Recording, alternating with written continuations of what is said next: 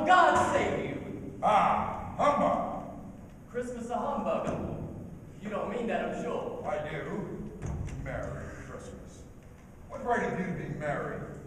What reason do you have? Huh, you're poor enough. Oh, come then. What right have you to be so dismal? You're rich enough.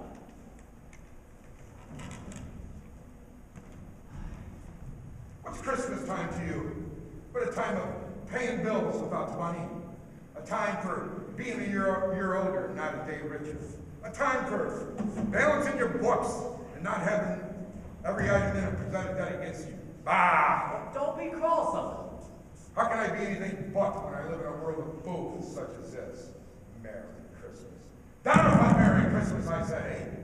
If I could work my will, every idiot that goes about with Merry Christmas on his lips would be boiled in his own pudding and buried with a stake of holly through his heart. Uncle! Nephew, you keep Christmas in your own way and let me keep it in mine. Keep it, but you don't keep it. Well, then let me leave it alone then. There are many things to which I have tried good, for which I have not profited. I dare say Christmas among them. It is the only time of year when men and women open their shut-up hearts and think of less fortunate people as if they really were fellow passengers to the grave, not another race of creatures. And therefore, there has never been a scrap of gold or silver in my pocket. I believe that it has done me good. And I say, God bless it! Oh, Uncle! Another sound out of you and you'll keep your Christmas by losing your situation. You're quite a powerful speaker there, sir. I'm surprised you don't get into Parliament. Don't be angry, Uncle. Come dine with us tomorrow. I'll dine with the devil first. But why, Uncle? Why? Why, you ask? I tell you why. Why did you get married? Well, because I fell in love. Because I fell in love. Good afternoon. You never came to see me before I'm married. Why use that as an excuse now? Good afternoon. We have never had a quarrel that I've been a party, but I have made my visit no wish to Christmas, and I will keep my Christmas humor to the last. Good afternoon.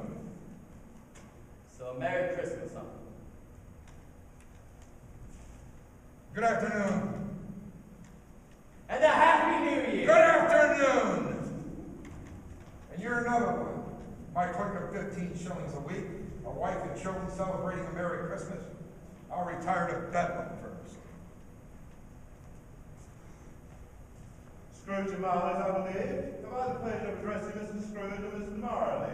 Mr. Marley has been dead these 7 years. He died 7 years ago this very afternoon. Well, we have no doubt that his liberality will be well represented by his surviving partner. Ah! At this festive time of the year, Mr. Scrooge, it's more than slightly desirable that we provide common necessities for the poor and the destitute who suffer greatly at this time. Many of thousands are in need of common necessities.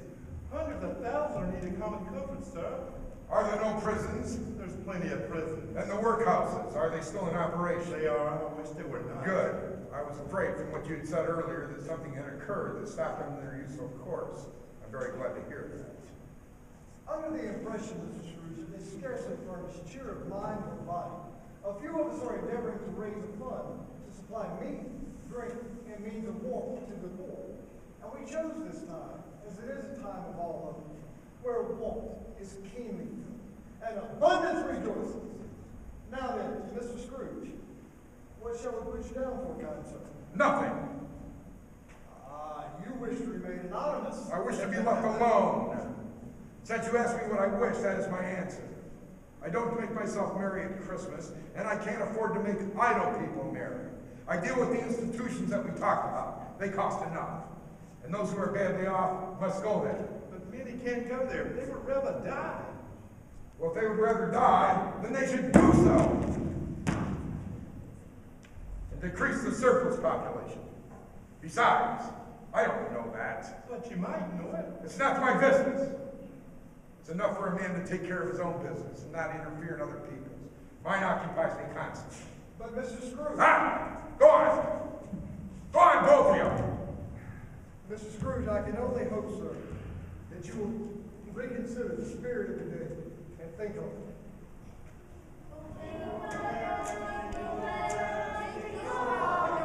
Ah! Go on!